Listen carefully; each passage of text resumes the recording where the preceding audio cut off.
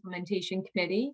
This open meeting of the Master Plan Implementation Committee is being conducted remotely, consistent with Governor Baker's executive order of June 16th, 2021, an act relative to extending certain COVID-19 measures adopted during the state of emergency.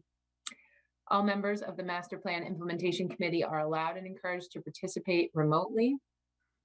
The order allows the Master Plan Implementation Committee to meet entirely remotely so long as reasonable public access is afforded so that the public can follow along with the deliberations of the meeting. The public is encouraged to follow along using the posted agenda unless the chair notes otherwise. Members of the public who wish to view the live stream of this meeting may do so by going to Northborough Remote Meetings on YouTube via the link listed on the agenda. Ensuring public access does not ensure public participation unless such participation is required by law. This meeting will not feature public comment. Let's see. Members, when I call your name, please respond in the affirmative. Julianne Hirsch. Here. Dario Demare.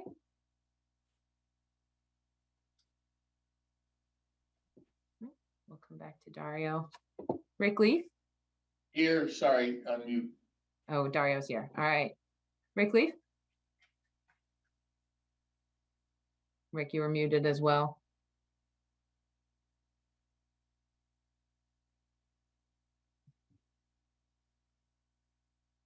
Catching everybody off guard.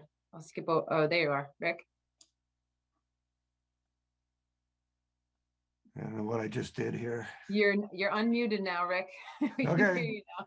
I'm back online. Okay. All right. Gene Kennedy. Present. John Campbell. Here. Bill Peterson. Here. Fran Backstrom. Amy Pretsky. Here. Adrienne Cost. All right, I think that was everyone. Some of you, it was a bit hard to hear, but I think we've got it. And staff, when I call your name, please respond in the affirmative. Kathy Joubert. Here. Scott Charpentier. Present. I think that's everyone. All right. So first up tonight, we're going to be hearing from the Northborough Cultural Council from Suzanne Cox, who's in charge of the public art campaign. So Suzanne, why don't you take it away? Wonderful.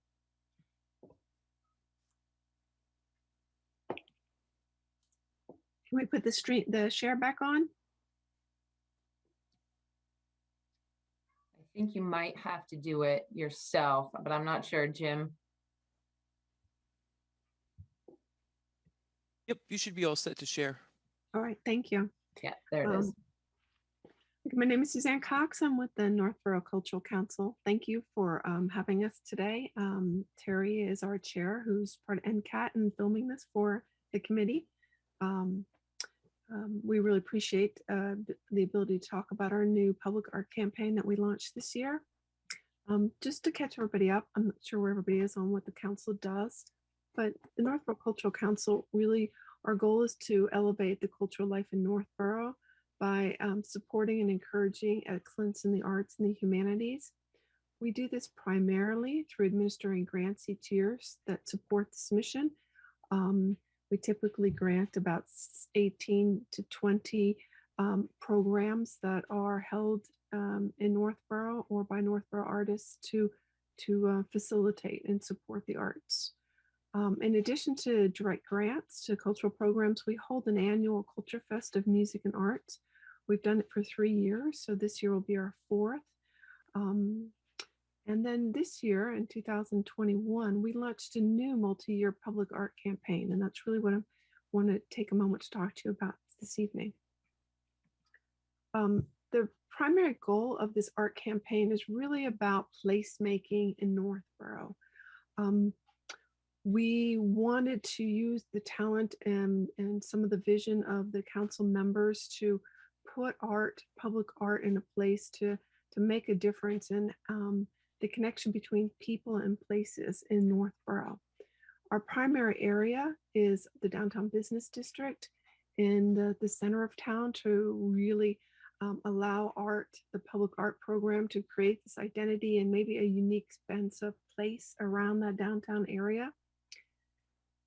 Our secondary area focuses are the main thoroughfares through town, and by that I mean Route 20 and Route 135, and the public spaces that are part of, that are off of those main thoroughfares. And here we want to use streetscapes as a way for the public art to just enhance and easily communicate the branding of Northborough in our community. So, and to all visitors there. So really use those corridors in some of the public spaces along those corridors to really set an identity for Northborough, enhance it. Our goals are really just to reflect Northborough's history, its culture, but most importantly, its vision for the future. One of the key things we wanted to do with this campaign was to support the Northborough Master Plan, and do that primarily through the land use and the economic development goals. In the actual campaign, I think that maybe have been mailed out earlier today, I go into some detail of how we can support land use goal number 2 and goal number 3. Goal number 2 is probably our strongest connection and what this campaign ties into, with, really promoting and welcoming appearance of the downtown, create sense of pride with using art and culture, but public art through the Cultural Council to really have that welcoming area in the downtown and create that sense of pride. Goal number 3 as well is something we connect to. The economic development goals 1 and 4 we tie into, and in the document I go into a little more specific of how we support those goals in the master plan. Also, this campaign is also about providing support and exposure to local artists. It's another key tenet of our campaign, is that we have a chance to enhance and create a sense of place in Northborough, but also doing it with Northborough artists or surrounding town area artists. So keeping it a very local as much as possible. We want to do this, or we plan to do this with 3 types of public art: permanent installations, temporary exhibits, and artist engagements. Those are the 3 things that we will develop over the years to in this campaign. I'm going really quickly, but at the end, if you want to interrupt me and ask questions, it's fine. Our very first effort, our 2021 effort, is a temporary exhibit to kick off the campaign, and it's entitled Go Outdoors Northborough. And it consists of a collection of painted doors, really trying to reflect the town's vibrant atmosphere and what artists see when they go outdoors, as well as to encourage everybody in Northborough to go outdoors. In our case, to go out to the downtown area, primarily the Commons area or anywhere in the downtown business district. So it's part of a larger effort, and we're doing it in collaboration with the larger effort that was started by the Umbrella Arts Center in Concord. It's right now it's encompassing, I think, 11 towns or cities and some towns, mostly closer into Boston.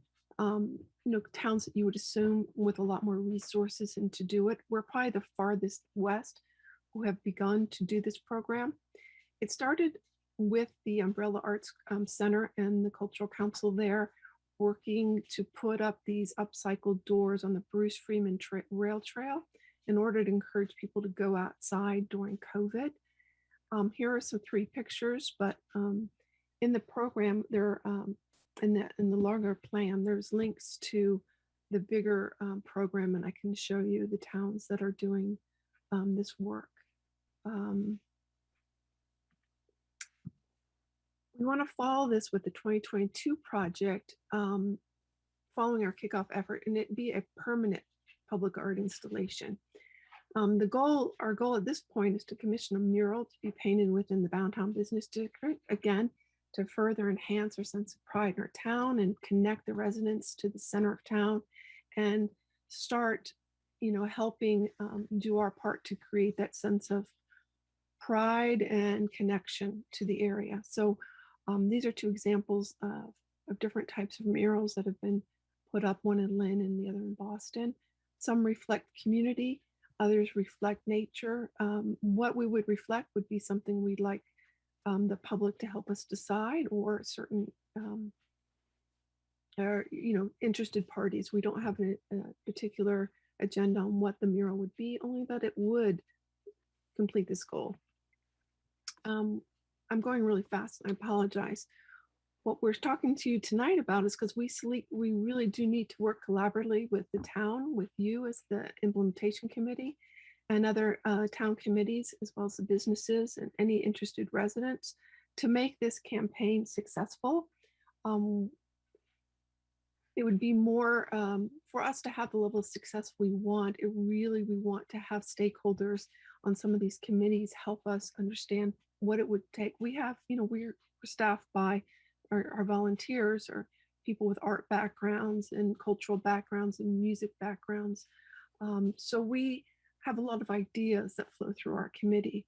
But how does that fit in with the overall goals? And that's really what we want the collaborative work to do, to help us shape this vision of ours to support the town and where it's trying to go with the master plan. So at that, I'll open for questions or comments. I thought this was a really good presentation, Suzanne.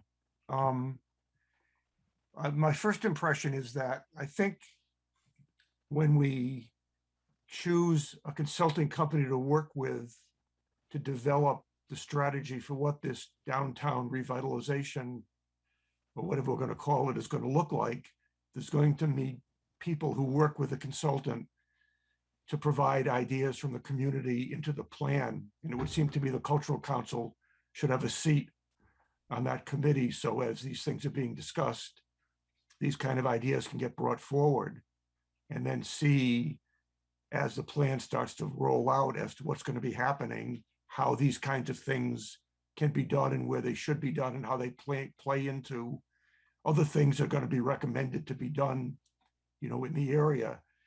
Which also leads me to believe that maybe you guys shouldn't get out too far in front of this in terms of starting to do a lot of work to install things which may not end up being in the places where you put them, or the places where you put them may not exist anymore after you put them there, kind of thing. So I know I can understand your interest in getting started, want to start to do some stuff. But I think the major thing would be to have you guys, be a player, providing input and comment onto the plan as it's developed, because I think these are all great ideas, and I think they're right in line with, I think, what a lot of people have commented during the master plan development of what they'd like to see in the downtown. So I think the timing of this presentation is excellent, but it's probably going to be a while before there's a more concrete plan as to what the downtown is going to look like and how a lot of this art could work into it. Yeah, I had a similar comment, and I see Amy's hand up.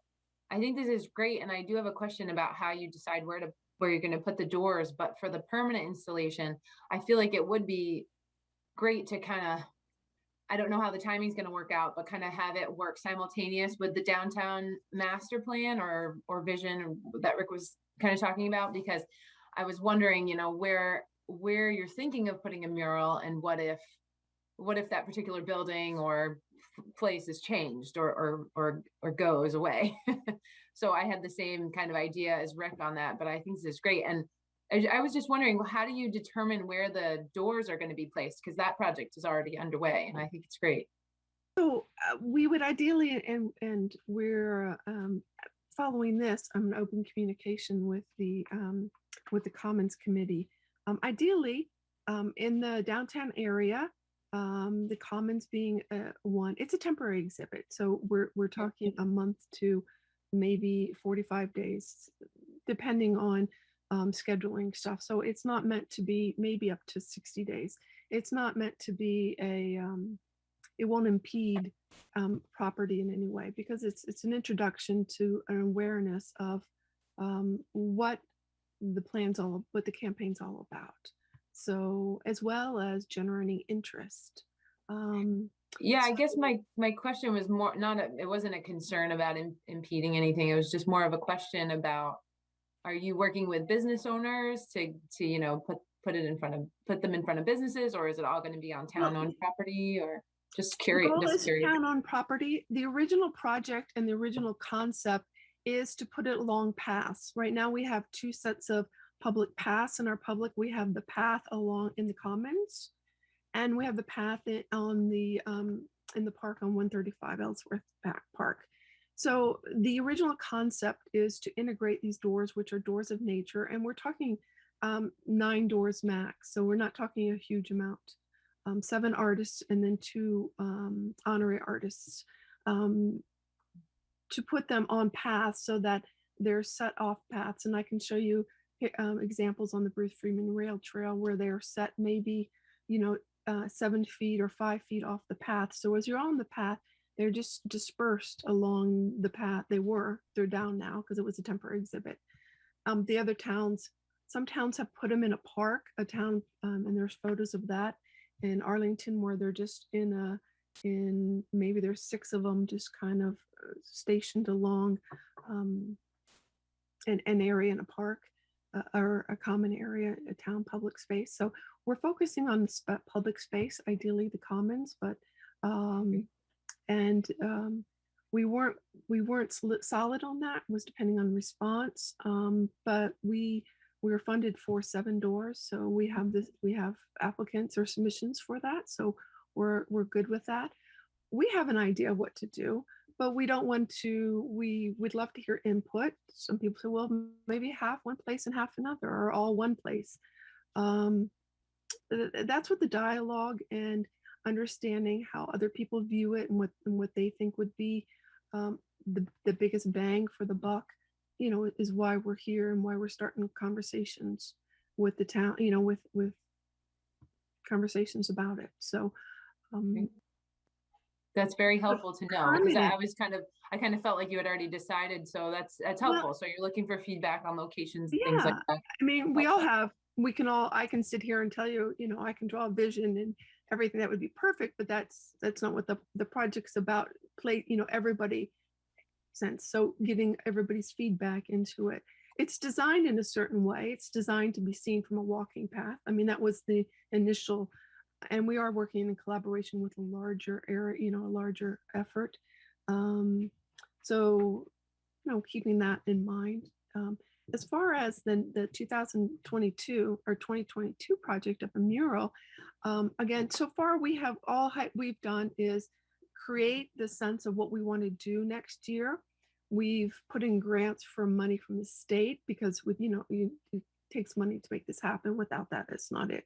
So we've written up, a business plan, a financial plan, written grants that hopefully will get awarded, because that's a significant investment. As far as where, well, again, in those kind of places, we're open to having conversations. We have no agenda to put it in X, Y, or Z place. All we're trying to do is use public art to enhance our sense of place here and make Northborough feel unique. So what it is painted or where it goes is really something these dialogues will, there are many examples on the sides of schools, on the inside, these are public, so they wouldn't be inside the building. From maybe private businesses that abut public places that maybe could use art to help the public space look better, or maybe a gas station that abuts a common. A mural would help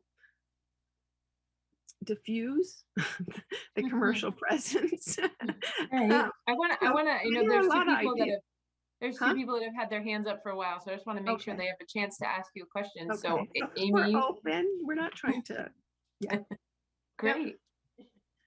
I just wanted to bring forth, and I don't even know if John could hear is on the call. I can only see like 5 people, but there is already someone coming forward to do a mural on the gas station that faces the common. It's already been discussed. I'm not privy to who it is or what they're going to paint, but you might want to collaborate with them. I think the town administrator might know.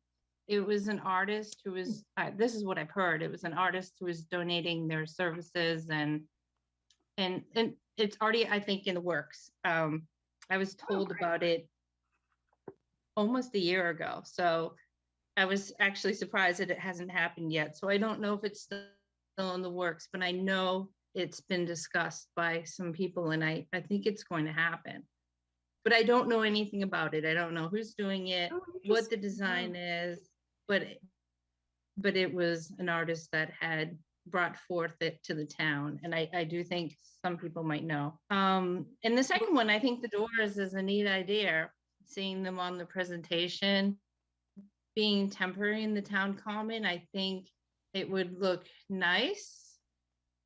We, a lot of times I go up to Meredith, New Hampshire, and they have a sculpture a walk along the water, and it's artists and they change their sculptures and it draws a lot of people. Mhm. So I think the doors, if it's temporary down on the common, would draw people to walk and look at the doors. And I don't know if they have like a name on it and who paints it. And Yes, we would. but if you look curate up it that Meredith, way. New Hampshire sculpture walk, they do it. And I know people who it draws every time the sculptures change, it draws a lot of people. Yeah. So So we would think it's a definitely good idea. curate it in the sense that, the artist would be shown, and we would, on our websites, we would have bios on them and promote it. And that's part of what we, our local, the artists in the area, it's part of our mission. So we would do all that via the whole effort. Great. I see John Campbell has his hand up, but Scott, did you have information about that mural? Is that what you had? in your hand? I do, Madam Chair. Okay. Thank you. Yeah, why don't you jump in? So we met with a prospective donor on the town common about a year and a half ago. He expressed interest in supporting the painting of a mural on the white wall on the gas station adjacent to the town common behind the pergola. He was not the artist. He was just a donor who was interested in beautifying the town common. Things have kind of slowed down a bit on a lot of fronts. I have had contact with him in the past 6 months or so, and he's still interested, but there is no commitment to a specific artist. He had actually tasked myself and another staff member to look into art programs in Worcester and in the area that may be interested in doing it. There's one that Suzanne may be familiar with that kind of bops around the urban areas of Worcester and does more urban-based wall murals that pique some interest. But that conversation is ongoing. It's just relatively slow in process. Great, thanks, Scott. John? No, John said his hand up for a while. Yeah, I just wanted to comment on the sites. Obviously, the doors project layout, as you've discussed, is best suited for a path or a gathering area like the common, which is really perfect for it. But I started thinking, is the front lawn area of White Cliffs a spot for a future art exhibit, since nothing else is going on there, but at least to advocate for that area and show something. It's another spot in town that people drive by, and that's it. Just a thought that popped in my head. And that's exactly why we want to create these dialogues with the different groups, because that's it's part of the main thoroughfare, so it fits within the secondary area of focus for our efforts. And yeah, I mean, that would be perfect. Any sort of things like this that can help the overall goal of creating a sense of place here in Northborough is what we're all about, and doing it with the local artists is our mission and our goal. So I'm not sure if people want us to assisting with the mural situation. We are hoping the state supports us in doing one. It doesn't have to be the one that the Commons has already got it, or it could be that if they need assistance with curation and understanding, call for artist proposals and artist contract and the whole way that works, which is what our expertise is. It's what we do. So we'd be happy to do that, or a different project elsewhere. So we're open. We're just love to hear the ideas and the connections. So Great. Dario? Suzanne, I think what you guys are doing is great, first and foremost. Anything you can do to promote that, promote a sense of community is really wonderful. And working with all these developers who try to get the best bang for the buck, some of the stuff they try to avoid because they don't want the public seeing what they're doing, and other ones want to show it off. But there's kind of common patterns, and I think it would be great for the doors. Yes, put them at 135 Park, yes, downtown, and even in front of Weston House, that's perfect too. But where you know you're going to have people all the time, maybe we put them at the entries to the pickup and drop off of Peasley and Algonquin and the schools. So now the parents and the kids and everybody, you'll have every person that's going to school or part of our community seeing it. They're stopped, they're picking up kids, they get a chance to read it, enjoy it, and in the good weather, appreciate it. So you really spread it everywhere instead of hoping people are visiting the little park we have downtown, which really isn't as frequented as say the schools, you know, where everybody gets to enjoy it. That could be really cool. And all of a sudden they're going to want 30 doors, which would be great if there was a, you know, public outcry for more because they are so cool. And then kids talk, parents talk, it creates a buzz and an energy that could be awesome. We love that thought. And in part of the grant we put in to the state for 2022 to do, they have project money, they give large sums for projects. And so part of the mural project, we also defined as part of that project overall was to get our high school artists to not create doors, which are large and we're mainly focused on professionals and fewer, but to get all high school level artists to paint smaller profile things and to have a wider footprint with them. But more youth are, because, it's a smaller footprint that they're more able to, like a 2x4, something that they're a size more conducive of a youth artist. And there would be more of them, and that we would be able to change the, not so much going outdoors, it would be a different goal for this project, but have volume to do things like what you just said and go to multiple places. So we wrap that in with our request for the state money for the mural as part of that thing. And so we were thinking that as well. So that's wonderful, because supporting youth and having more volume of material to show around town. This first out, which is our launch, just this year's launch, is just 7 professional and 3 or semi-professional artists, just to really get people aware of what the campaign's all about. It's a 5-year campaign, so it's not, the first project is a temporary exhibit. The first doors project is really an intro to public interest, to more projects, more collaboration. So thank you. We've heard that. And I think you're certainly welcome. And I think it's great for the kids, because that's a whole different component. But you'd be amazed how many parents will pick up on it, because they're not necessarily going downtown. They're dropping the kids or going to work.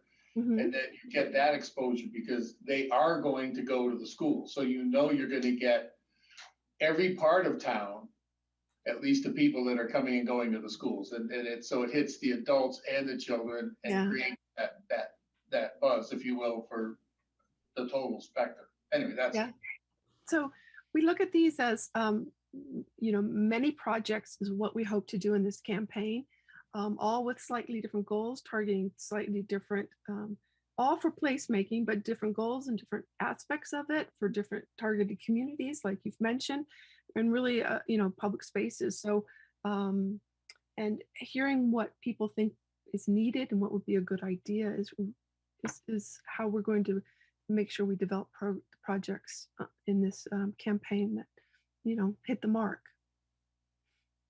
Suzanne, this was really helpful. And I think going forward, as long as we're kind of talking and working together with the downtown permanent installation, I think that this could be a great success. And obviously this first project sounds like it's already going to be. I had one other comment about maybe focusing opposite of what Dario suggested, bringing attention to the river, and the sidewalk along the river might be a cool project in the future as well. But thanks again for coming, and feel free to stick around, but I'm sure you don't want to. But this was very helpful, and I'm sure we'll talk some more.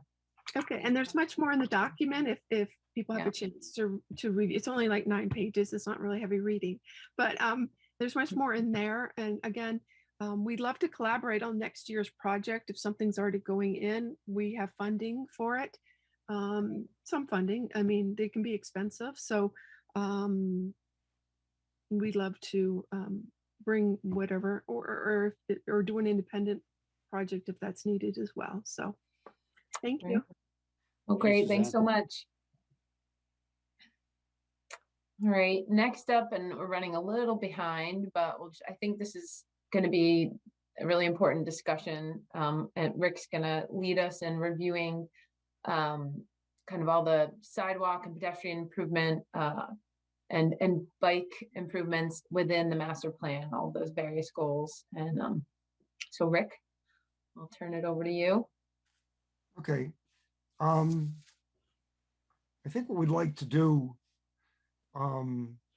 is just kind of review kind of what was going on in the master plan around the parts of the transportation chapter 8, that had to do with walkability and bikeability in the town of Northborough. We had received a lot of feedback during the development of the master plan from residents around this as being something they felt they wanted to see some significant improvements done in the town. And so they sort of landed in the transportation section. And so what we'd like to be able to do tonight is just kind of review what the plan said. And then after we got done doing that, Dario's got a few examples he wants to go through of some things he's been involved with as far as streetscapes. And then basically get some feedback from you, Scott, as to kind of what you're thinking about, what the things you're working on are like, and if some of these things aren't currently being considered, can they be considered, or how would we sort of merge some of these ideas from the plan as additions to things that you're doing? Obviously, nothing in the plan needs to be done in 2022 and completed. The idea would be just to start to have a working arrangement to see over time how these things would roll out. So let me just get to that. We talked about the fact that there were things around this, both in the 2004 Community Development Plan, as well as the recently completed master plan. And I'm going to concentrate more on the master plan. If you read, it's pages 55 to 59 of the Community Development Plan, pedestrian types of topics were rolled in under economic development. And the reason they did that was that they were talking about how to make walking better for shopping. And so they concentrated on the downtown and business east and business west. And there's a lot in there about how to improve people's experience of shopping, how to make the town more economically viable by having business owners who have more businesses, if people could walk around more effectively in the business districts. And certainly some of what comes out in the master plan references that. But I think a lot of this is going to sort of roll into whatever we do about the downtown.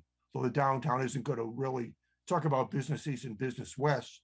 I think a lot of the things we may decide to do about walkability in the downtown may be transferable eventually into the other business districts. So I'm not going to spend a lot of time on what came out of the community development plan, except to say it was focused on walking in the business districts. And that's somewhat different than what came out of the master plan.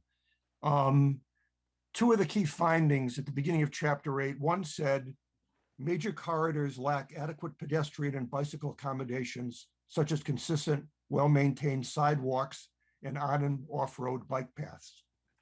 And another key finding said, connectivity could be improved between downtown and adjacent residential areas and other town assets through a more consistent sidewalk network. And I think this reference to other town assets is important because we got a lot of feedback from people during the development of the plan that they wanted the ability not only to walk easily between their neighborhoods and the downtown, but to be able to walk from the neighborhoods to parks, to trails, to other ways to sort of combine a walk from their property to someplace else, which was being developed by the town as a recreational asset. So I think the master plan recommendations around this really expanded the scope of where we needed to expand bikeability and walkability to beyond the downtown out to other areas. So the first goal of transportation says become a bicycle and pedestrian friendly community by expanding existing bicycle and pedestrian facilities and improving connectivity. And underneath that, there were 5 recommendations. I'll just read them quickly. The first one was develop signed bike routes throughout the town. The next one was participate in the state's Complete Streets program to improve bikeability and walkability of local streets. The next one was examine and identify key locations in town for additional sidewalk improvements, focusing on pedestrian-oriented destinations like schools, parks, trails. The next one was replace existing pedestrian crosswalks with high visibility crossings to help facilitate pedestrian connectivity.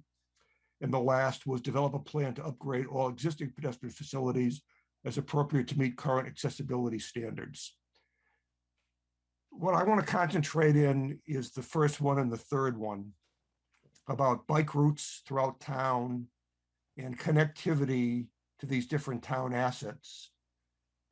And as I've walked around town over the past month or so and driven around town, I've noticed that we're in different places in different areas. So for example, the connectivity between the center of the town and Ellsworth McAfee Field is really good. There's a consistent sidewalk that goes from the center of town all the way down to Ellsworth McAfee. There's also good sidewalk access on Davis Street from the neighborhoods there through Davis Avenue back to the park. So there's a good example there of kind of that's what people are looking for. How do I get from where I am down to something like Ellsworth McAfee? And to the same extent, although it's not that far into the center of town, there's good walkability from the center of town to Assabet Park. So those 2 parks, there seems to be already in place, good walkability. The next thing I looked at was how could you get from the center of town down to the Aqueduct? Because the Community Preservation Committee has a proposal in front of them right now to build a bridge up to the Aqueduct to take advantage of that. The Aqueduct connects over to Edmund Hill Woods. And so connectivity down through the Aqueduct gives you connectivity to other town assets. And when I looked at that, for the most part, there's a pretty good sidewalk, but as you get closer to the center of town, it kind of breaks up a little bit. It's on one side of the street, it's on the other side of the street. In some places, it's really not there anymore. And so some effort to try and get that piece from the center of town a little bit past Pierce Street sort of organized to connect to the rest of it would sort of give you an ability to get down to the Aqueduct and take advantage of what's going to happen down there if this walking steps are built up to the Aqueduct and all of that hiking. I also noticed at the Aqueduct that the sidewalk goes around to Allen Street heading up towards East Main for about 20 feet.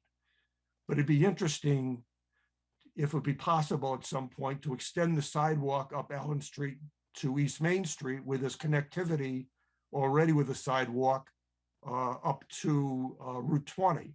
And if that were done someday, you could see there'd be a loop through the center of town, down to the Aqueduct, up to Allen Street, to East Main Street, and back around again. And I think that gets it, once again, kind of the thought process that people gave to us in the master plan.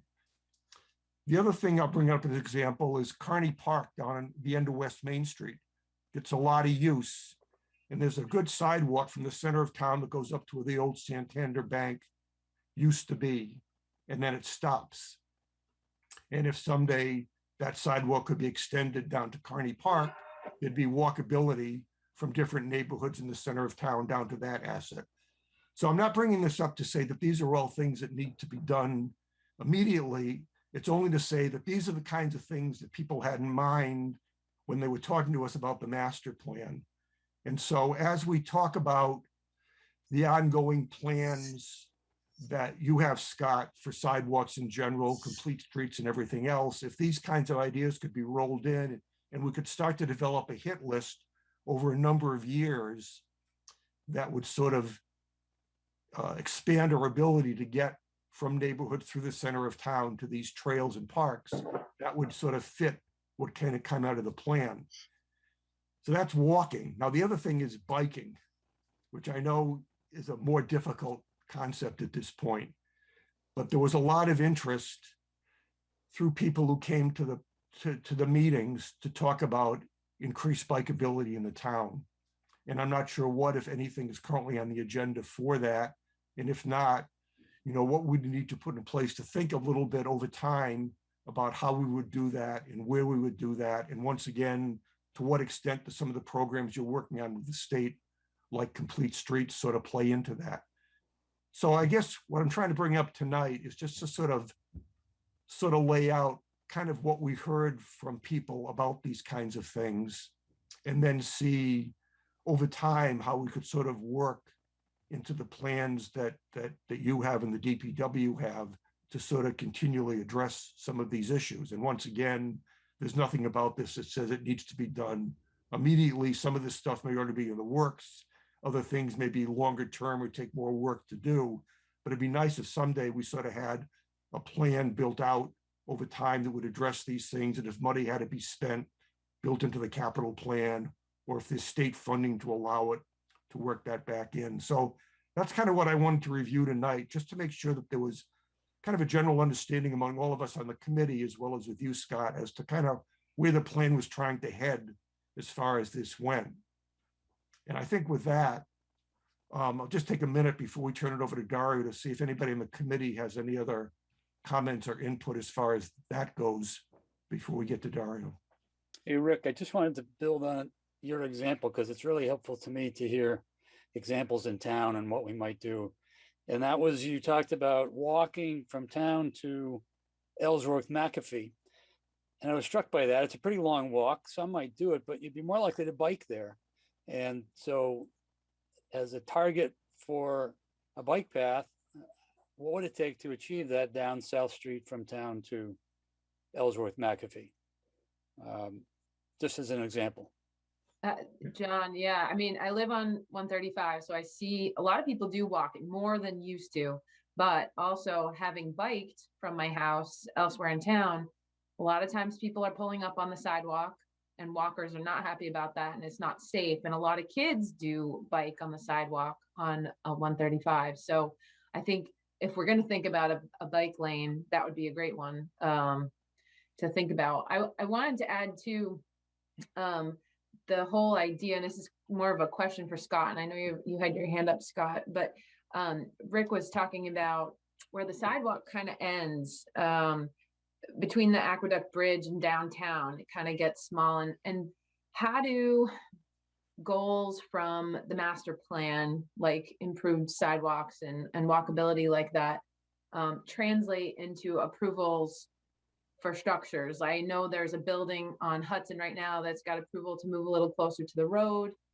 I mean, I don't think it's a huge difference, but if we're trying to improve the sidewalk in that one section, which that's the tough section, what ability do we have to kind of communicate between departments to kind of try to make that happen when the opportunities arise?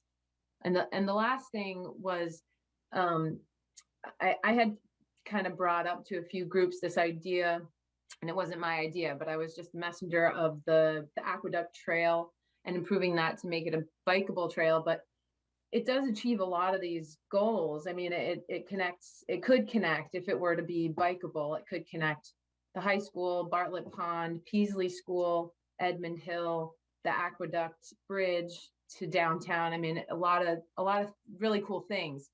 And how do we kind of work that in, if we're able to, if MWRA says that could be, you could make that a bikeable trail, how do we kind of work in goals to expand that? Because there's got to be extensions to allow people to get from A to B to reach the aqueduct itself. But those were just my comments, and I know you had your hand up, Scott, so I'm gonna turn it over to you.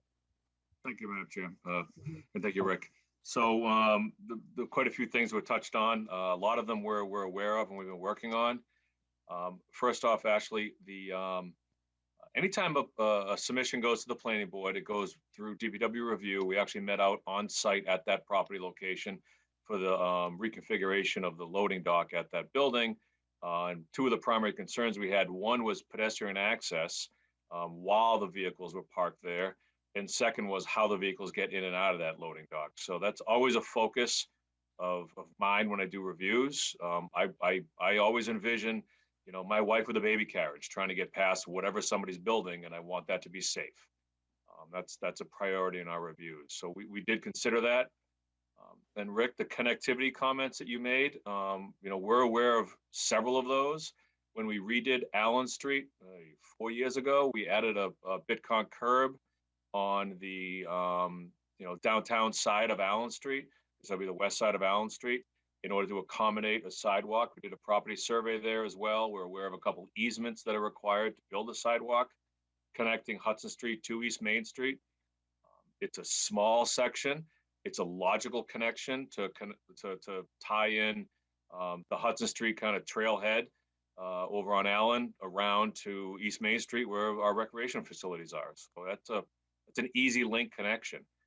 We're aware of other connectivity issues we have in town. One is in Amy's neighborhood between Lanthorne and Hamilton, along Davis around Thayer.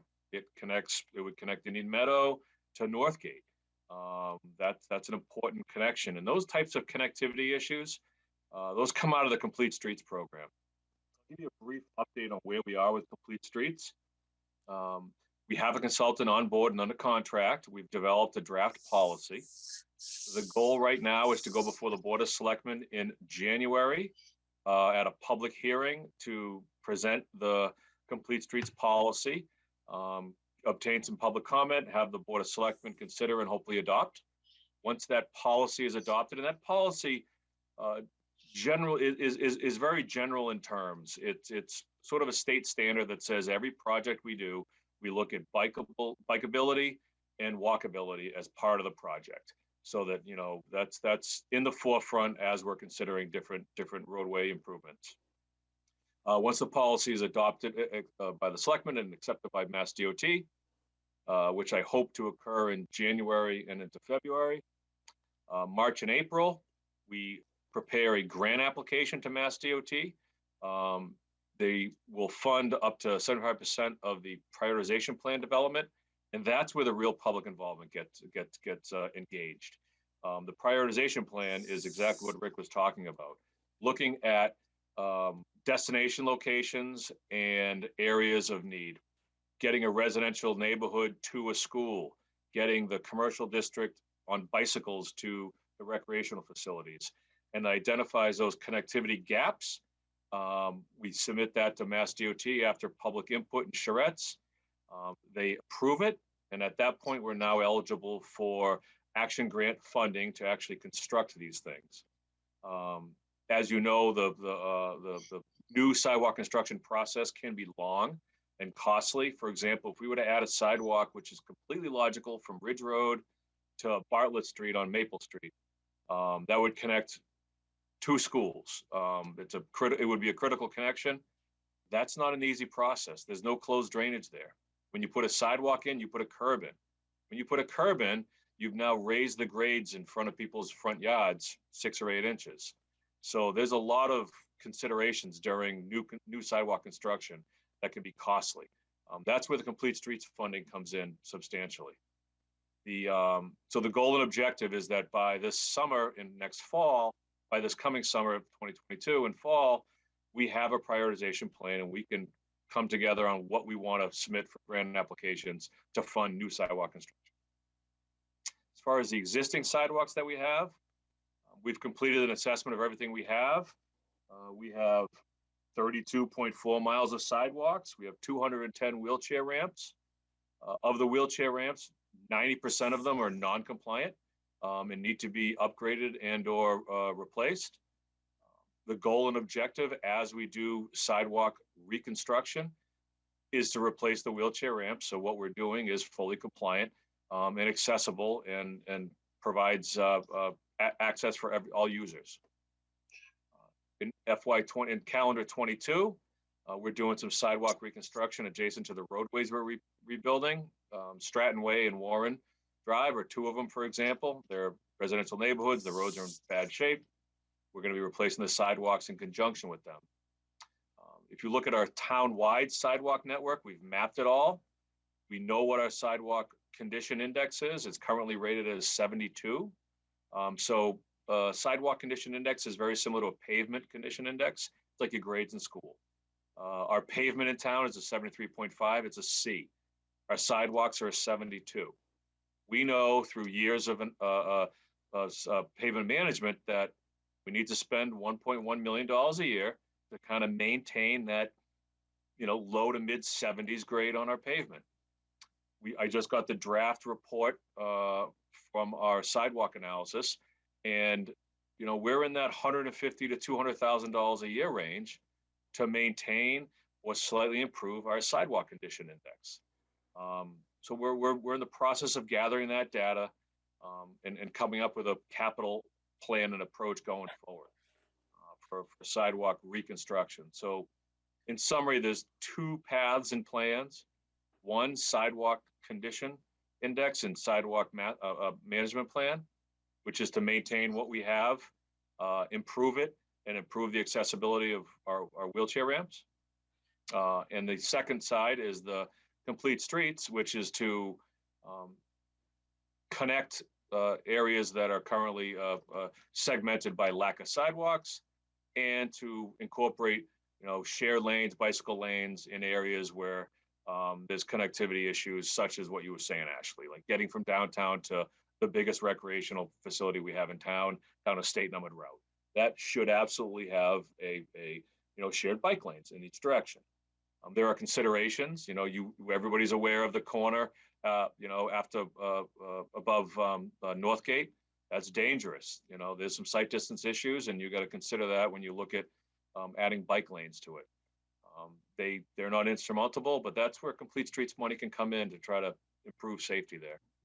So those are the two programs we have: sidewalk management and Complete Streets, and we've been actively pursuing them for a few years now, and it's coming close to both of those things coming together later in calendar 22. That's a Well, really I good just have update. I think one thing we need to do is somehow link that work and any other work that's going to be done that relates to what came out of the master plan, so that one of our goals as a committee is to sort of keep track of what the master plan sort of specified needed to be done and what actually happened. And so some of these things, as we're finding out, may be happening as a matter of course, and some may be projects which get scheduled and done particularly because they came out of the master plan itself. But one way or another, this committee will probably develop some sort of a reporting technique as we get a little bit more good at what we're doing here. And so we're going to need a way to link kind of what you're doing in these categories to the plan. And we've got this tracking tool that we can start to put some things in there and then manage against. So it's something we're going to have to work toward. Maybe when this prioritization and public participation thing happens coming up this year, and we have a better idea of where things are going in the future, we can somehow tie that back into those aspects that meet some of the things that came out of the plan and track them that way. So there needs to be that. When I was on the consulting side, Rick, I worked with a lot of master plan implementation committees on the infrastructure chapters, and they would often delegate a liaison to a chapter. And I would, as a municipal consultant working on infrastructure projects, I would have a liaison to kind of feed information to, and then get information from, and be invited when appropriate. Your committee is a great forum to get information out to the public, where otherwise I may have a difficult time doing that. So I welcome that, Ashley, if that can happen. That's helpful. Yeah, that's helpful. That's a good idea. I did have a question. I was in a workshop today talking about transportation funding, And they noted that the Complete Streets program just implemented a new $400,000 grant max over 4 years. So the most that a town could get is 400,000 in any 4-year period.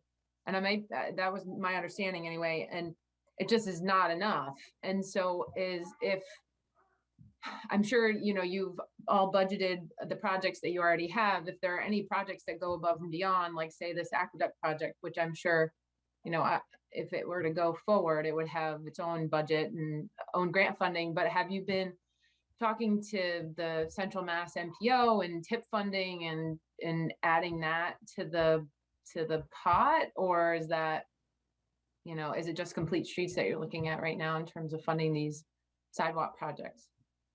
The only TIP projects and yes, I've spoken to CMRPC. I worked with PVPC as well in the past. So the only TIP funded trail projects have been rail to trail projects, and they were driven by Mass DOT. They were not local, and they were generally large connectivity gaps. So if you had a rail to trail and the railroad trestle through Peabody or something was not accessible, DOT would seek TIP funding in order to make that connectivity piece happen. As far as doing an aqueduct or just making a general municipal trail, TIP funding has not been approved for that. We are looking into the TIP for possible intersection safety improvements. It's a long process, and the municipality is responsible for all the design costs in advance. My goal and objective for Complete Streets funding, for example, Davis Street between Lanthorne and Hamilton, use local funds to come up with the feasibility, the design. Can we do this? Get the easements needed in order to build a sidewalk, and then let Complete Streets be paired up with local funding to build it. I don't want to spend Complete Streets grant money on things that may not happen. I'd rather vet it out and then go to the state with a solid plan on something that will be built.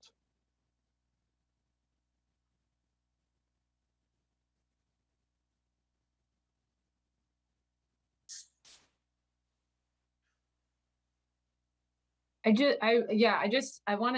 might just explore a little bit more following up from the presentation I heard today. There were just a lot of ideas, like Mass Trails said they could provide funding for feasibility studies for projects that could go for TIP funding. So it was, there are a lot of trail connectivity projects, and I think the Contiguous Aqueduct trail just got funded through TIP, but like you said, it might have been a remaining gap or something. So I'll inquire, but if it's, if you don't think it makes sense, then obviously I wouldn't pursue that.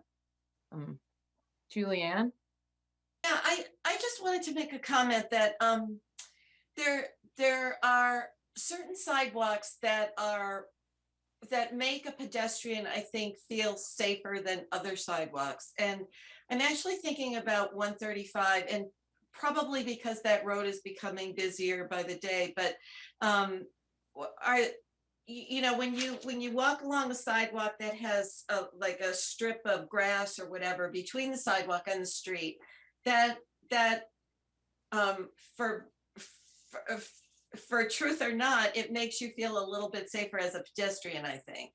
And is there anything, when you mentioned bike lanes on that road, maybe that's something that will make the pedestrian feel like there's a little more buffer between them and the traffic. So as we move forward with sidewalks, I guess my plea is that wherever possible, we have those strips or some kind of definition between the road and the sidewalk. That's one of the points that was made in the community development plan from 2004, and it's a viable one. That, if you look in there, it indicates sidewalks should be 8 feet wide. They should have a minimum of 3-foot buffer between the sidewalk walking surface and the curb face, in order for one, pedestrians to feel safe, and two, for there to be a buffer between the two transportation modes. When you look on South Street, the sidewalks are 4 feet wide, some places we have a mountain on one side, and and the lanes are 12 feet wide. It's a challenge. It's a challenge in a lot of areas. But you're absolutely right, Julianne. Any place where we can fit, multimodal transportation and expand the shoulders, we do. That's our goal. And we were talking about Lombardo Street. Traffic calming by reducing the lane width. How do you reduce the lane width? Well, you can do some pavement markings and rumble strips and have shared lanes and make drivers feel like the lane is a little narrower, and that way the adjacent users feel safe. So you're absolutely right, Julian. That's part of the Complete Streets program. Oh, great. Thank you so much, Scott. This might be a good segue. I don't know if anybody else has any comments on this portion, but Dario had some examples, streetscape examples that kind of can give us a visual of what we're talking about right now, the sidewalks. So unless anyone else had any more comments or questions, we can turn it over to Dario now and kind of get that visual, which might be helpful. All right, Dario. Okay, and I think what Rick said and did was very well done and very well thought out. I think the connectivity, and this will play right into the safety aspects as well, connecting not just downtown to neighborhoods, but to Bartlett Ponds. We have some really awesome waterfalls that are completely ignored.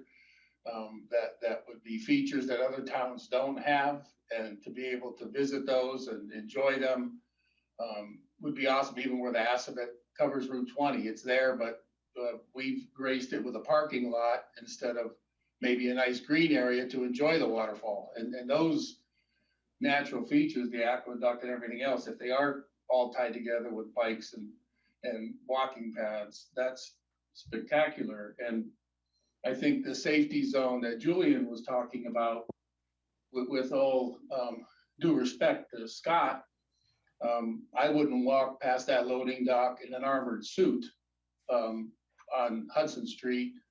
I think it's incredibly dangerous, and I think it'd be a matter of when there's an accident or someone hurt or killed is really the facts. With trying to back up on a blindside inside curve, and we're making it worse by taking an 8-foot or 10-foot setback that's designed for 20 and making it shorter is an incredible safety risk. And I went out and looked at it a couple of days ago and was kind of shocked that we would allow that, because in my discipline, it's always safety first, and I never take my kid in a stroller past that. It's very, very difficult to get out, and I've done tons of loading docks and distribution, but that's just my opinion, and just want to be on the record saying I think it's very, very dangerous. And now to go to, I think I need the screen share.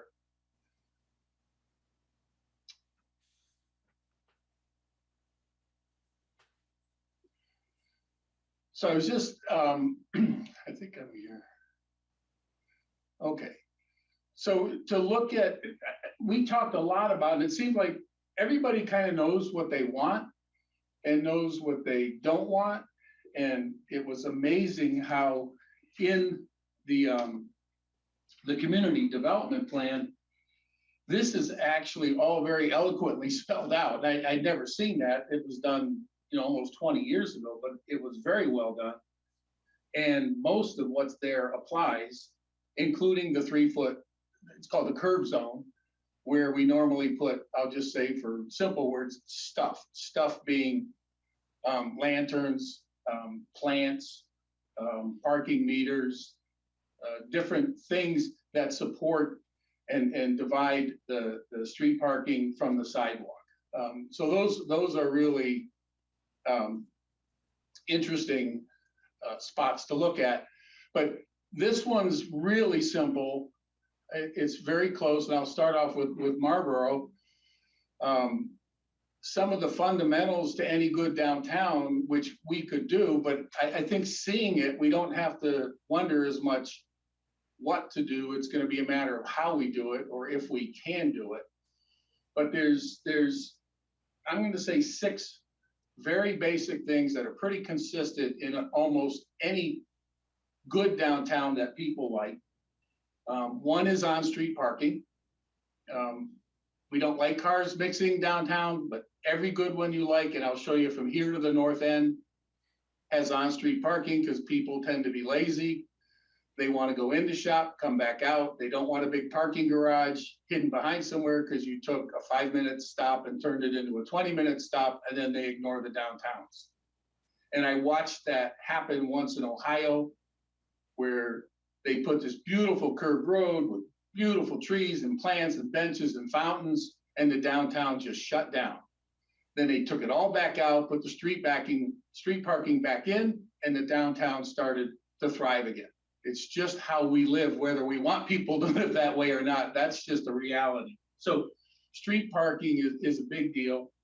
The curb zone, and even here, it's very tiny. If you can see the cursor, there's just a 2-foot brick stripe that kind of says walk on one side, cars on the other. Some towns can have that be 3, 4, 5 feet. Some of them have a big tree line, but it's pretty consistent. Another really important one is this detail here is one of the most important, and it's called bulbing the corners. And I think Scott spoke to that as well. If you can tighten this up and bring these corners out and make them sharper, it's almost physically impossible to go around that curve at 45 miles an hour. You're going to go around at 15 or 10 because you just can't make the turn. And an example would be where Route 20 peels into Church Street. You can take that at 45 miles an hour easy. If you sharpen those curves, it slows down the traffic. It makes it safer for the pedestrian. And what's interesting, what Marlboro did, which was actually, I'll give them brilliant points.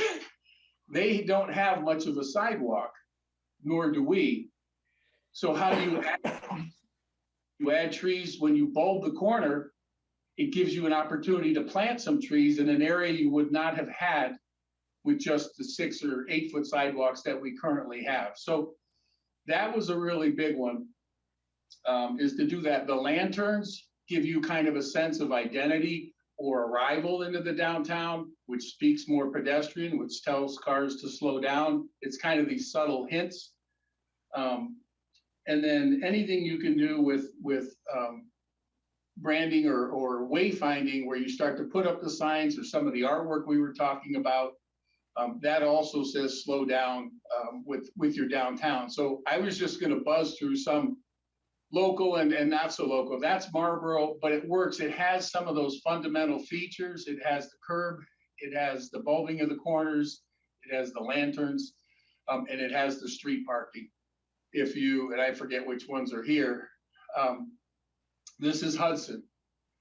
Same exact thing. They put the little brick stripe. That's where they're putting their signs and their lanterns. And I think even if we turn around, what they didn't do here, even though the corner is sharp, is they didn't bulb it. In other words, this curb should come out in front of that car, which then makes the vehicles turning the corner have to go that much slower. And it makes it safer. And whenever you do bulb the corner, if it comes out farther on both ends, then the pedestrian walk is also shortened. So it's safer for the people. So it becomes a more pedestrian downtown, which is what we're trying to accomplish. So on this end, that would be over here, would just be some piece of concrete curb or brick or whatever, popping out a little further just to slow things down. And some of these towns are in transition and some are fully developed. And we have a little common like this in our downtown. So it's kind of nice to capitalize on that to give relief, if we can as we go forward. And a lot of these obviously have a ton of brick buildings with beautiful facades all lined up. We don't have that, but to get there, we don't put in gas stations or Cumberland Farms. That's the stuff that just makes it that much harder to ever bring it back to this. And what we did at Cumberland Farms, for example, the 2 entrances that go to Route 20, I'd say you cut those off and they can only get out on Hudson Street, because that's one of the worst things you can do for downtown is have traffic pulling in and out, slowing down the Route 20 traffic and crossing where the pedestrians are trying to walk. Here, the car never crosses where you're trying to walk. In a gas station, it crosses it 24/7. and they're in and out all the time.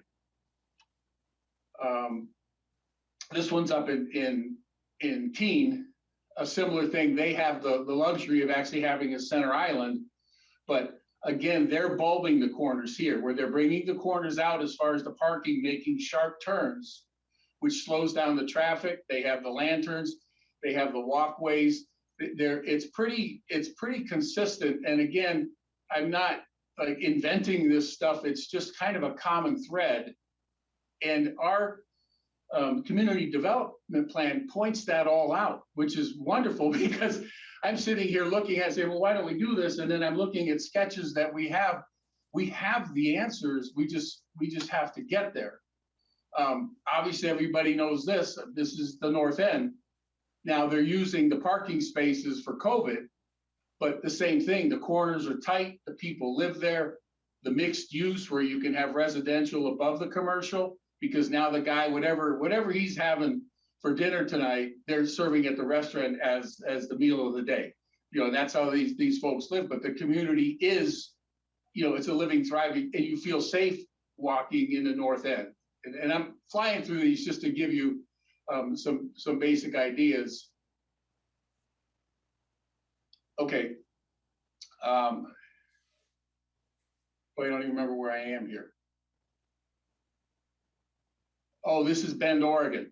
So Bend, Oregon did it as well, where they bulb the corners out to sharpen the corners and then have the on-street parking. And the same thing here, just to slow down traffic. They have the curb area, they have the walking area, they have the trees, they have the lanterns.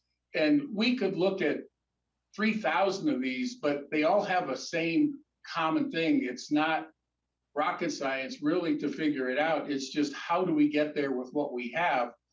And ours is a much more difficult situation, because they aren't just straight 90-degree intersections. We have Church hitting off of South Street or 135. They don't go straight across. So that all of a sudden mandates 2 street lights instead of 1. So that does make things more difficult. Portland, Oregon was one of the first towns to start doing all the corners, and Portland, you know, it's a little tougher now, but to go there just because of the political stuff going on. But here, again, you can see the curb where they switched materials, and within that curb, they have their trees, they have, and I wouldn't recommend parking meters, but they do have parking meters, they do have the lanterns. You'll have other amenity, garbage cans or whatever else we're gonna put there to service the public.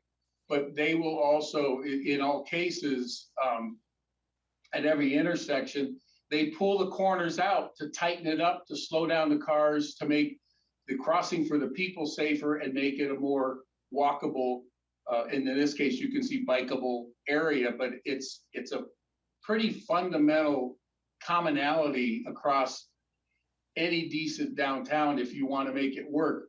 And actually this town actually has Route 20 going through it. So does Bend, Oregon, which is kind of funny because we've got Route 20 going through our town as well.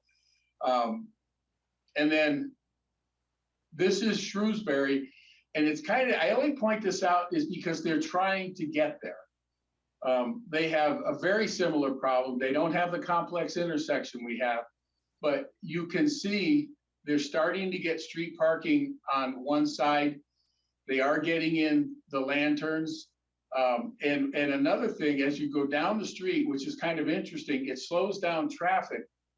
They're putting this little granite island, which all of a sudden signals to the cars and to the people, this is a pedestrian area. This is downtown. And that may be an 8-inch strip of cobblestones, but it's giving the downtown, starting to give it a sense of identity. And it will slow down traffic because it's a little bit different. And it's just saying, people, we don't want you flying through the town. This is our downtown, slow down and respect it. So there's a lot of little tricks to do to get the driver to realize, hey, this is the time to slow down. I'm in a downtown, including signage. We had some wonderful signs that we just took down on some of the telephone poles, which all of a sudden gave you a sense of arriving in our downtown. So we had talked about some wayfinding and signage guidelines, those also help out a lot, and then we're back to kind of where we are. But the only other piece that I had was when I looked at this sketch in our own community development. What page is that? I don't even know. XV1. Even though I'm Roman in my roots, I don't know what it. But this basically shows you. There's the curb. There's the trees, the features. There's the walkway. We were talking about being safer. The answers are here. So I think how we do it, we have to do these fundamental things. Getting there is a different process. One of the hardest things is we have a lot of traffic. And the only other thing that you can do to alleviate that is to look at a bypass. And I actually did. And there is a way to get rid of some of the traffic. And if you can get rid of that traffic, that gives you the opportunity to start to put in some on-street parking and slow things down in our downtown, because we all live here, so we know how tough it is to drive through town in the middle of the day. Sequencing the traffic lights, there's other things there that are really difficult, but I think we can get there, and I think the answer is pretty simple. It's a matter of how we get to that's a little more difficult with what we have. And South Street, when we turn that corner, if it is nice and sharp, we've got a store in the corner that you can enter from either side, which is just all asphalt on one of the mainest, one of the main intersections in our entire town, and it's paved on all three sides, which hurts if you're trying to come up with an elegant downtown. And the other intersection, Church and Route 20, we've got another gas station on that corner. So that's a really tough one to solve today. You just can't take out the gas station. But I think this same manual, which again was amazing, it also had another page in it that was again written way before my time about prohibited uses. And they said in 2004, in the prohibited uses, gas stations, all the things that we're still putting in there. So we can't get there if we don't follow our own direction, because those things are just nightmares in downtowns. And I do go to the Cumberland Farms all the time because it's convenient, but you don't want to walk in front of it. No one will enjoy the walk with cars getting in your way. So anyway, it's out there everywhere. And the answer is pretty consistent, is really what we're doing. And there's only 4 or 5 things that need to happen to make it work. The difficulty is getting there, with our downtown, and whoever we hired to do that, they will know these are the answers. So I think when a lot of us are talking, say, well, what do we do? How do we do it? This is kind of the what to do, in my opinion, because it's been successful and repeated so many times because it works. It's getting there that is the hardest task. And part of it is zoning. Do we have the right setbacks for downtown? You can limit and prohibit use variance downtown and just say, no, we're not going to do this. We want it to be nice. It may be for my grandkids, but we want it to be nice. And if we don't start or listen to what we came up with 20 years ago, we'll never get there. So that's it. That's my 2 cents. Thanks, Dario. I think that was really helpful to just get those visuals and kind of hear about that. Kathy? I just wanted to, just so that everybody's on the same page, what Dario had mentioned about some of the zoning recommendations from the community development plan. The planning board then took that community development plan and worked for almost 3 years. Fran actually and Rick were very much a part of that project, where the zoning, the just about every single zoning suggestion that was made in the community development plan was adopted by the town in 2009. And one of the first things that was taken out of the zoning for downtown as an allowed use was gas stations. And so gas stations are no longer and have not been allowed since 2009 in the downtown, whether it's, by right or by special permit. So the only things that you see there are the gas stations that have existed for a long time. And Cumberland Farms was, grandfathered. I mean, it wasn't Cumberland Farms, but I mean, the gas station, the use was grandfathered. And so then, Cumberland Farms bought the previous gas station, and that's how a gas station stayed at that corner. So just again, it's one use, but I mean, it's certainly a use that was loud and clear in the community development plan that people no longer wanted to encourage in the downtown. So they've been prohibited since 2009. I see Fran has her hand raised too. I just wanted to say that I think that Dario is absolutely correct that sidewalks will make a lot of difference. I happen to benefit from living very close to downtown, just a little north of where Ashley lives. And I mean, I walked down to the post office tonight before the meeting. I go to CVS, I walk to the CVS. I've gone up and down, Allen Street. That's one of our longer walks. So the inconsistent sidewalks is a challenge. Hopping from one side of Route 20 to the other because the sidewalk goes only so far. So getting sidewalks to connecting to downtown environment is absolutely the most important, but also having people close enough to walk. The people, I mean, we can put in all the bike lanes and the sidewalks we want, but I don't really believe people at Indian Meadows are going to walk all the way to downtown on a regular basis. So we need to get some more people down in that area as well. Yep.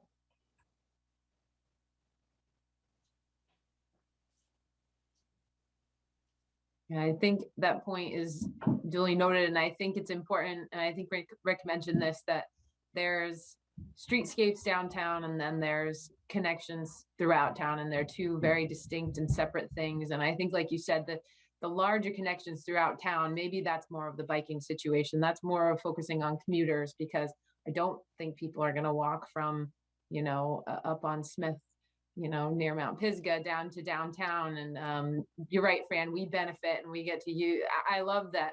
I love where I live because it's so walkable, and most people in town don't get that, but I don't know if it's going to be possible. Somebody had their hand up. Julianne? Yeah, I just want to thank Dario for that presentation that kind of just solidified probably what a lot of us, kind of feel as we drive and walk through a town, but you put that, put it to words and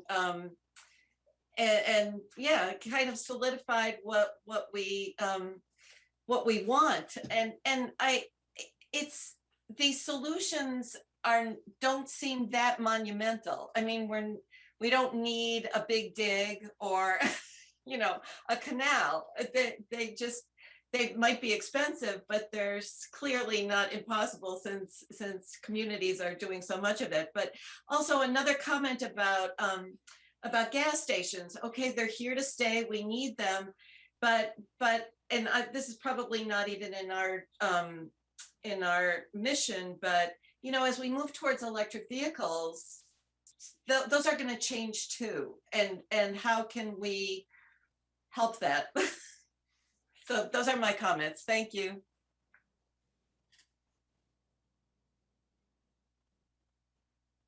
Fran, I think your hand up is from before, right?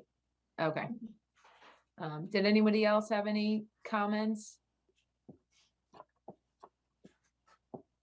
No. Silence.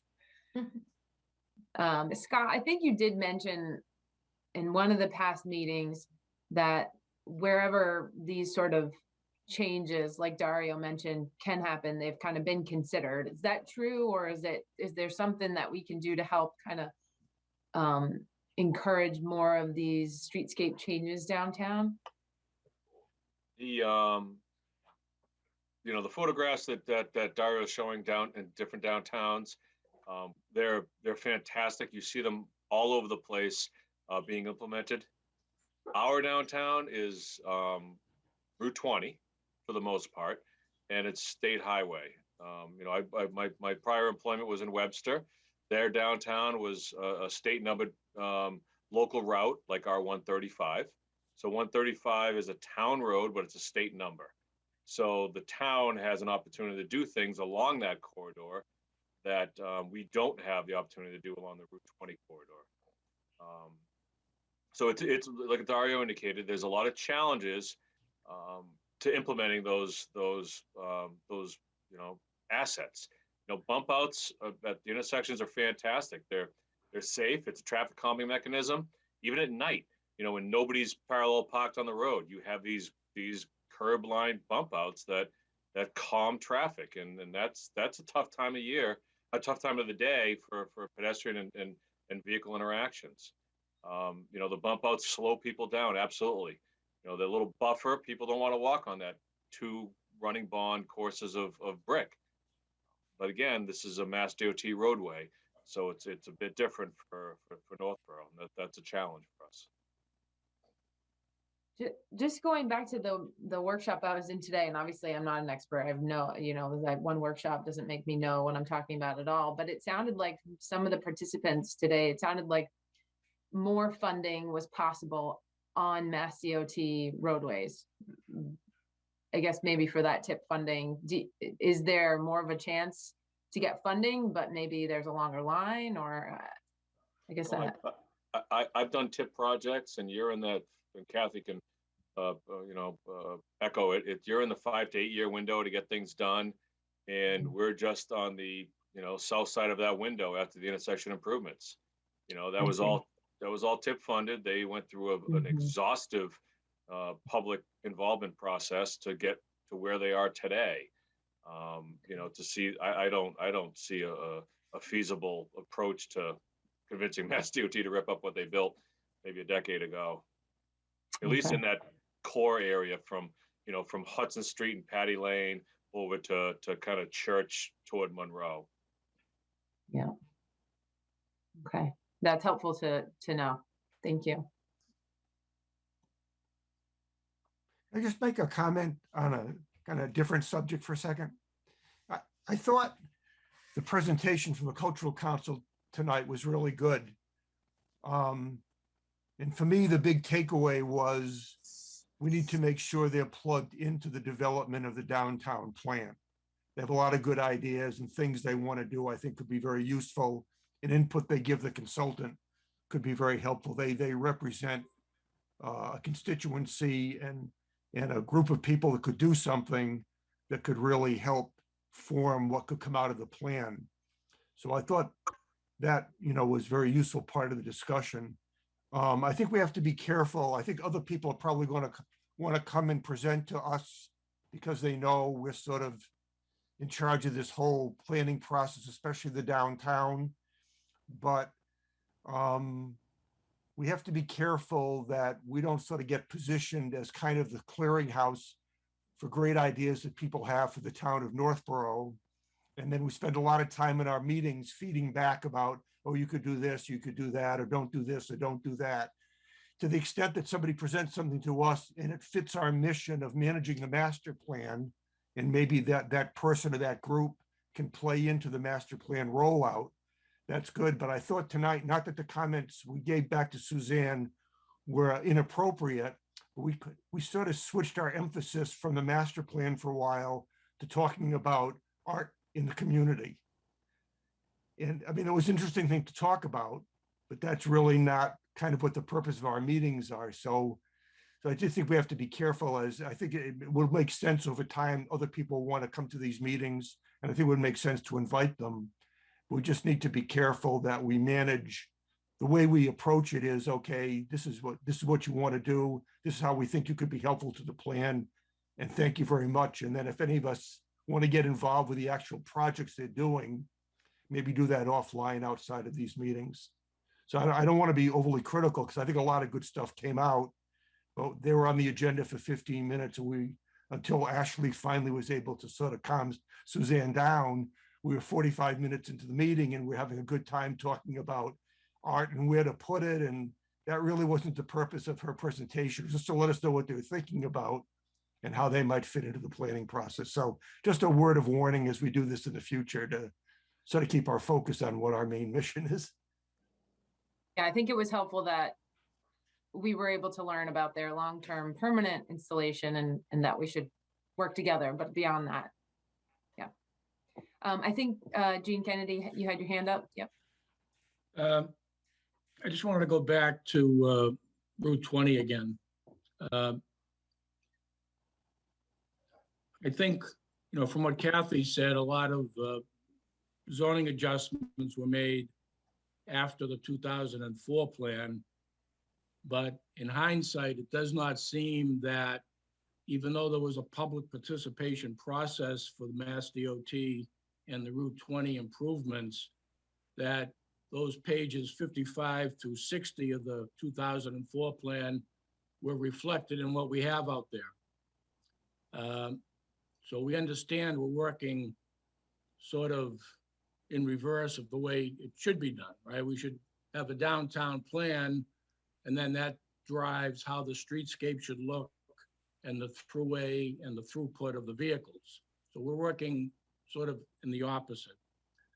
But my question for Scott, and if we go back to Dario's presentation, his first of his 6 design recommendations was on-street parking. Because when you have on-street parking, you immediately feel safe as a pedestrian because you've got a barrier between yourself and the vehicles. We don't have that. Cars, that Route 20 was designed to speed cars through downtown Northborough as quickly as possible. And if you've been through Marlborough and you get to Northborough, you want to go fast because that's your opportunity. If we as a group thought that introducing on-street parking met several of our goals, one of which is to slow down traffic so people can see downtown rather than just drive through it quickly. Secondly, provide places for people to actually park, to get out of their vehicle and go to the shops. I guess my question is for Scott, given what transpired with the redesign, what would the process be and what would the likelihood be of introducing on-street parking on Route 20 in our downtown?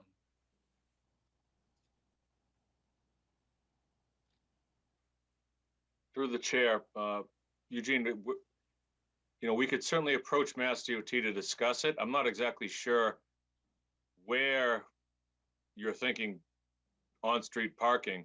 When I drive through the downtown, we have essentially curb-to-curb travel lanes from C'est La Vie to just past Dunkin' Donuts. So our entire commercial section of Route 20, again, C'est La Vie through Dunkin' Donuts, is curb-to-curb travel lane. Is really not, beyond, going toward Times Square, there's, large shoulders that are available for potential, on-street parking. But I don't, in the heart of downtown, and again, going back to what Rick talked about and Ashley talked about too, the last meeting, trying to define what is downtown. I don't know where or how DOT would even consider on-street parking in the core commercial portion of Route 20. Yeah, I think, Gene, it's going to be part of the process of the plan to think through what the downtown is going to be and where it's going to be. So in my mind, it's not a given that the center of the downtown is going to be Route 20. There's a given that Route 20 is going to proceed where it's proceeding now. And the consultants are going to have to work with us to figure out how best to manage that situation. But in terms of the things that we want to try and accomplish through the plan for the downtown, it may be that there are other ways to expand the reach of the downtown or do something to get some of these aspects we want. And in that, there may be some ideas that come out about Route 20 that might be useful. So I think it's a little premature at this point to start talking about exactly what do we do with Route 20 until we get a better idea of what the new downtown area is going to look like and how Route 20 plays into it. And Well, will the new downtown kind of avoid Route 20? Or will Route 20 be part of the downtown? And which part of it will it be? I don't know. I think it's helpful to know. I mean, Eugene's asking the question, where do you see it as a possibility, or do you see it as a possibility? It's good to know Scott's opinion on that, you know, as we continue our discussion. Kathy, you had your hand up, and then Dario. Yeah, I was just gonna say, there's probably, as I'm looking at everybody on here, there's maybe a third of us on this meeting probably do remember that we did have on-street parking downtown. I used to love it personally. We had a combination actually of angled parking and also parallel parking. And I remember, this is just a side note, but one of the most difficult things that people could not get used to when the downtown was redone with the signals was that they could no longer park in front of Northborough House of Pizza.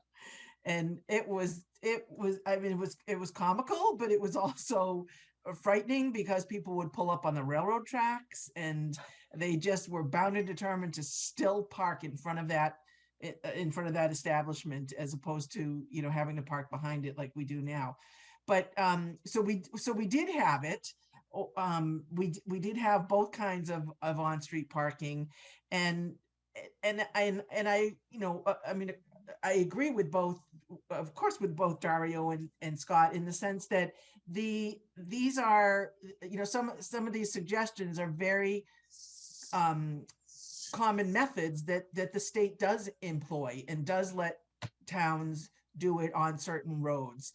And it's not, you know, it's certainly, I think, worthwhile at some point in this process, whether it's, you know, with the consultant and Mass DOT or staff with Mass DOT, but, you know, the state is constantly evolving, even though a lot of people don't think that, but they do evolve. And just with the whole Complete Streets program, I mean, I never thought that was possible, you know, 25 years ago, with some of the things that they are allowing towns to do for traffic calming. You know, that it was unheard of 25 years ago. So again, though, to Scott's point, you know, right in the core of today, what we consider downtown, you know, just, you know, CVS to, you know, across the street to the, you know, package store and Honey Farms. And I don't know if the state will ever allow any kind of, you know, to reintroduce parking, on-street parking there. But, you know, to Rick's point, I think, you know, we look at expanding, at least in our minds, and eventually what people think of as the downtown. And there's I think there's a lot of possibilities, especially along Blake Street, and that we can look at, and, you know, reuse of some buildings on Pierce and Blake, where we may be able to introduce that kind of parking. And Dario? Yeah, all right.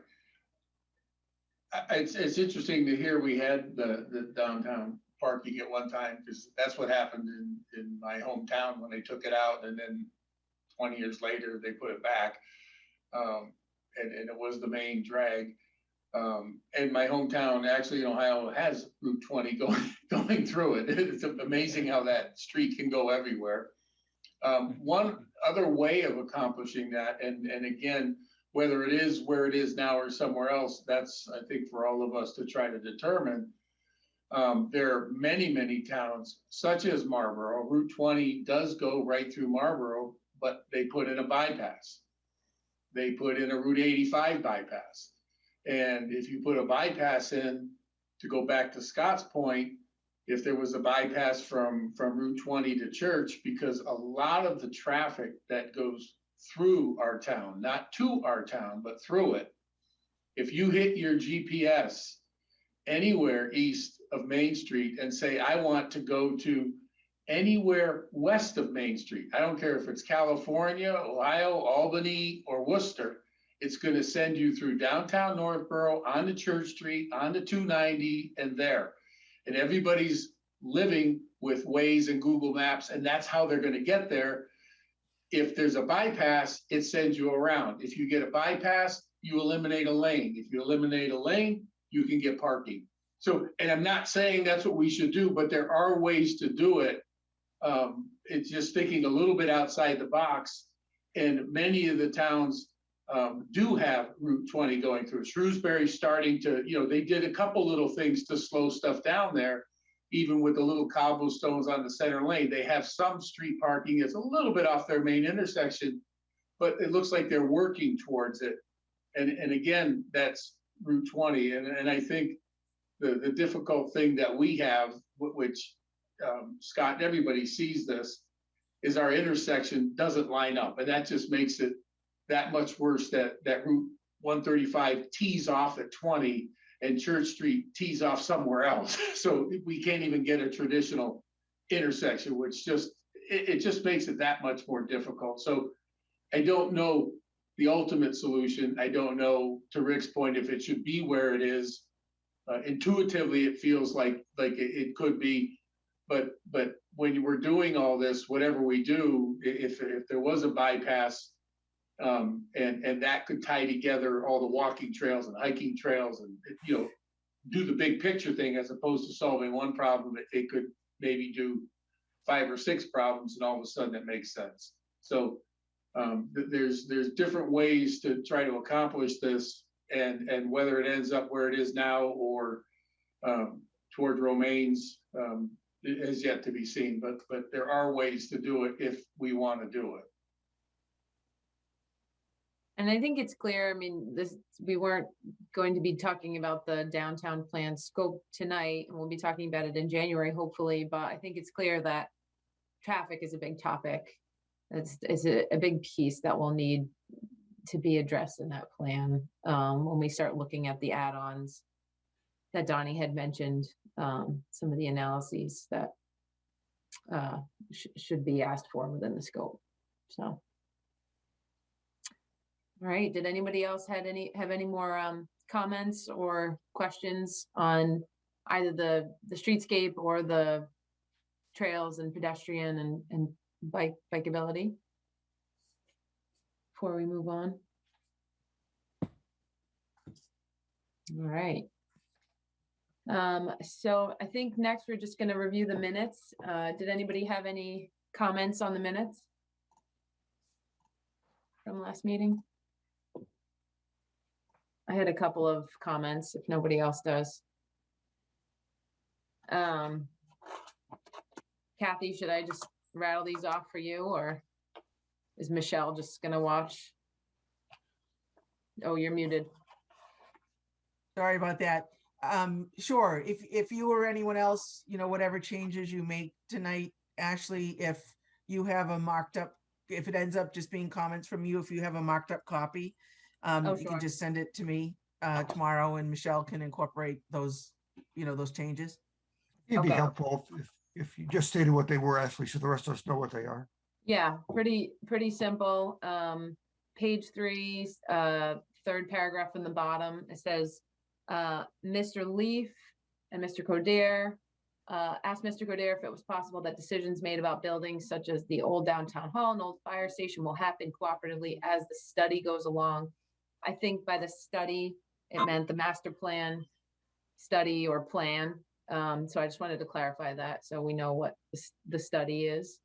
And then page 5, paragraph 5. Let's see. No, I can't find it.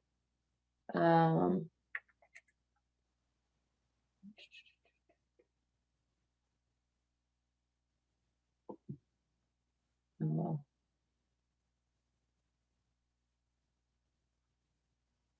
Well, I can send around my changes to everyone.